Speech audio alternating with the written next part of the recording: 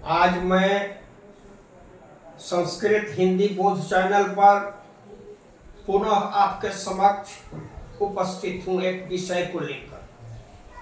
आप हमारे प्रिय जो भी दर्शक हैं, जो भी चाहने वाले हैं, बच्चे हैं, बच्चियां हैं, अन्य लोग हैं, उनको बहुत बहुत बधाई, आशीर्वाद।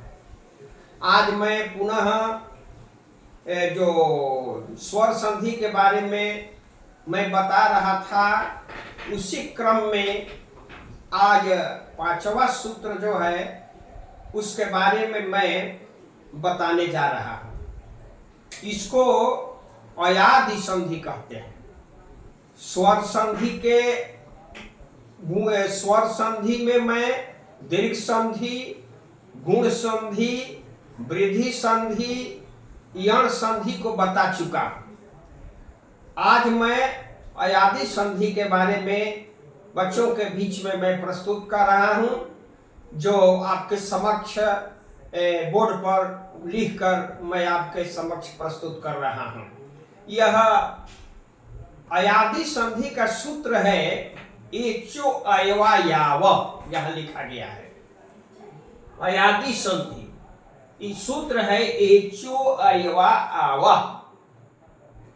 इसको अलग हम करेंगे तो एच धन, अय धन, अ धन, आय धन, आव। इसमें दिया हुआ है एच के विसर्ग का ओ हो गया है, इधर अ है तो एच प्लस अय हो गया, इसमें अ है तो अ हो गया, इसमें अ है तो आय हो गया, इसमें अ है तो आव हो गया।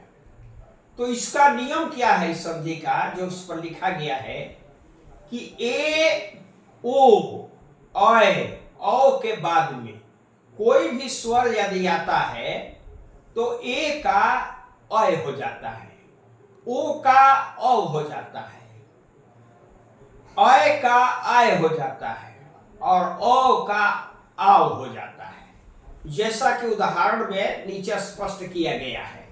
जैसे आपको दिया गया है ए धन अ, लिख दिया गया इधर कि ए ओ अय औ के को एच कहते हैं।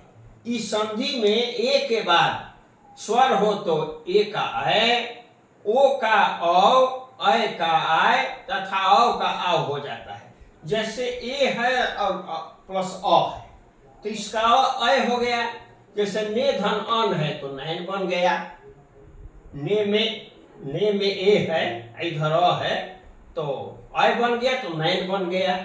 से धन अन है तो सैन बन गया। उसी तरह से ए धन ए तो ए धन ए का अय हो गया तो हरे धन ए हरे बन गया। फिर है ओ का अ, ओ के बाद अ आया तो उसका अ हो गया। जैसे भो धन अ भवन बन गया। इसके बाद ओ के बाद ई आई तो अभी बन गया। पो धन इत्र बराबर पवित्र हो गया। ओ धन ए अवे हो गया। विष्णु धन ए विष्णवे बन गया। इस तरह से ए धन अय धन अ आय हो गया। ए के बाद अ है तो ए का आय बन गया, आव मिल गया तो पूरा आय हो गया। तो आय हो गया तो नए में अय है, अक है तो नायक बन गया। इसके बाद गय है, गय में अय है, आओ है तो गय धन अक गायक बन गया। अय में ई आया, अय में ई आया तो आई हो गया। आय से ई लग गया तो आई हो गया। जैसे नय धन ई का नायिका बन गया। औ के बाद ओ आया तो आओ हो गया। पौ धन अक पावक बन गया। इसके बाद है औ धन आव हो गया तो रौ धन और रावण बन गया। इस तरह से बहुत सा शब्द बनेंगे। इसके बाद औ के बाद उ आवा तो उ आया तो आऊ बन गया। जैसे भाव दुन उका भाव का बन गया। तो इस तरह से ये संधि के अयादि संधि है। अयादि संधि बहुत जरूरी है। दीर्घ संधि के बारे में बताइए चुका हूं, तो बच्चों को दीर्घ संधि के एक आध उदाहरण याद कर लेना चाहिए और इसके बाद अयादि संधि का भी एक आध उदाहरण याद कर लेना चाहिए। गुण संधि का भी उदाहरण याद कर लेना चाहिए। यण संधि का भी उदाहरण याद कर लेना चाहिए खद को। और उस पर थोड़ा ध्यान देंगे तो यह बात अवश्य समझ में आ जाएगी।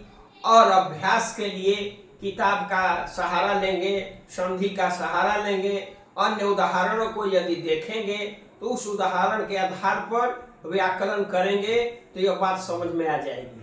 क्योंकि संधि बहुत जरूरी है। संधि परीक्षाओं में भी संधि पूछी जाती है, इस पर आप ध्यान देंगे। बहुत बहुत धन्यवाद। आप इस चैनल को यदि सब्सक्राइब करेंगे, शेयर करेंगे, लाइक करेंगे तो बहुत अच्छी बात होगी। ज़्यादा से ज़्यादा लोगों के पास ये बात पहुंचेगी, हमारी संस्कृत भाषा मजबूत होगी। हमारे सनातनियों के लिए संस्कृत बहुत जरूरी है, ऐसे सबके लिए है। भाषा तो किसी का नहीं, निंदा नहीं करती है, भाषा तो सबके लिए है, उसको जानना आवश्यक है। धन्यवाद।